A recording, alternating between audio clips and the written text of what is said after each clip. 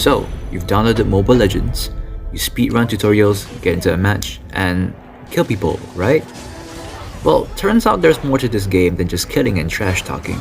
Sometimes, knowing which role you're good at is the start of you becoming a better player and significantly increase your in-game knowledge and probability to win. Today, I will be giving an explanation of the different roles in the game, and you are going to find out which role suits you best. Hello, this is Nabi, and welcome to the very first episode of How to MLBB.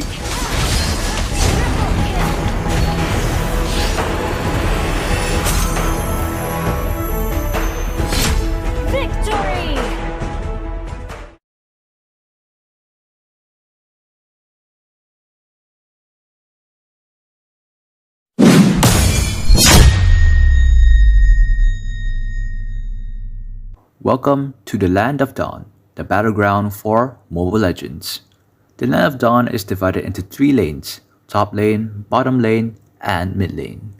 The battleground also consists of the river and the jungle. In a normal match, there are 5 players per team, each filling up 5 roles. These roles are the gold laner, the EXP laner, the mid laner, the roamer, and the jungler. Each role plays an important role to help win the match, or turn the tide of the battle. Alright, first let's take a look at the EXP lane. The EXP lane can be located at the start of the game by looking at the minimap, or by looking at the EXP minions carrying scrolls on their backs. The EXP lane is usually taken by experienced reliant heroes, which means they're usually strong from the start and have skills that can improve the early game of the team. Such a role is usually filled in by fighters, which are high health, melee ranged heroes. A good fighter should have good sustain, good early game damage, and at least one form of control. If you're planning to pick up EXP lane, I recommend Ruby. Ruby is a great fighter to pick up right from the get-go. She has game trading crowd control skills, can sustain a lot as the game progresses, and her damage in the early game isn't bad as well. If you're looking for a better fighter with higher difficulty but better laning potential, I would recommend Paquito.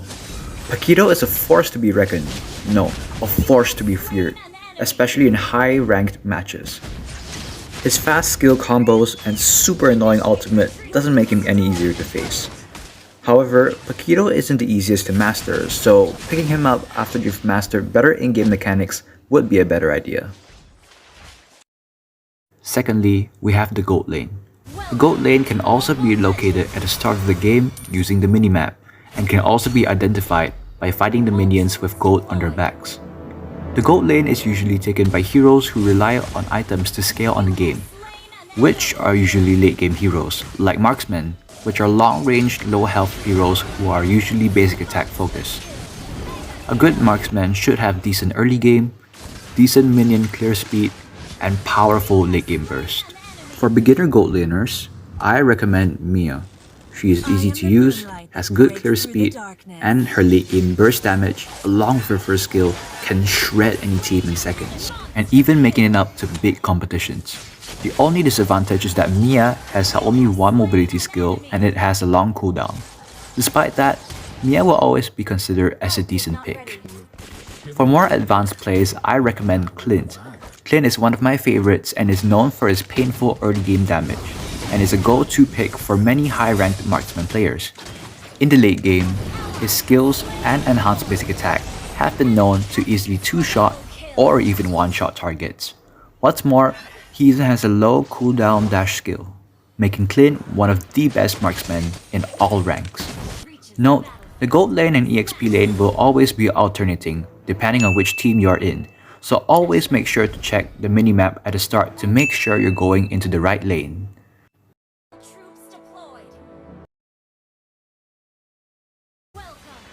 The mid lane, as the name suggests, is in the middle lane. What were you expecting me to say, huh? Unlike gold and EXP minions, mid lane minions do not carry any bonuses, but this does not mean that the mid lane is useless. On the contrary, the mid lane is actually the most crucial lane, as it opens access to the map more than the side lanes.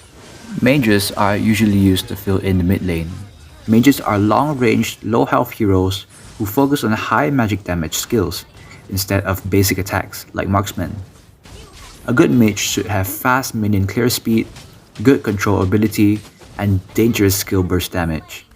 One of the first ever mages you can master is Eudora. Eudora's skill mechanics are easy to grasp, she has a stun effect and also have the potential to one-shot targets. What makes her perfect for beginner play and scale into higher ranks is that all you have to do is to memorize her combo sequence and you will ace any game with the right in-game knowledge. However, Eudora doesn't have dash skills, so unless you can position yourself well, you might end up dying a few times. But not one mage can best Kagura's evasiveness. Kagura is a high skill cap mage with super high damage, and not to mention, super high escapability and mobility. If used properly, she can escape a stun, kill the enemies with a one-shot combo, and emerge almost unscathed from battle. With all those mechanics, it is no doubt that Kagura is one of the best mages you can find in the current meta. The roamer, unlike the first three roles, does not have a specific lane. The roamer's role is to rotate or roam around the map, helping the team by giving vision, setting combos, and protecting allies as the frontliner. At the start of the game, roamers buy roaming items in order to prevent them from taking shared EXP and gold from their allies. Fret not, for roaming items do have built-in passives to help provide extra gold and EXP to the roamer. Since the roamer is usually played as a supporting role, many people look down on how important this role is. As a matter of fact, without the roamer's constant help and combo sets, the team would have a hard time winning. The job of a roamer is no doubt difficult, and so in my future videos, I will cover on how you can be a sharp-minded roamer and start turning the tides of the battle. The roaming roles are usually inherited by supports and tanks. Note that a good roamer should have 2 or more good crowd control abilities or a good sustainability. For rookie roamers, I will recommend Tigreal. Tigreal is one of the best, if not easiest roamers to pick up. As a matter of fact, Tigreal was the first ever tank I picked up for roaming. He has an immune effect, a push and a knock-up skill, and the infamous crowd pull and stun ultimate, making him one of the most feared roaming heroes to face. To be honest, most roamers are easy to pick up, with their skill sets easy to understand, and mostly relying on the roamer's in-game knowledge. But there is one roamer that stands out in high-level matches even until today, and that hero is none other than Matilda.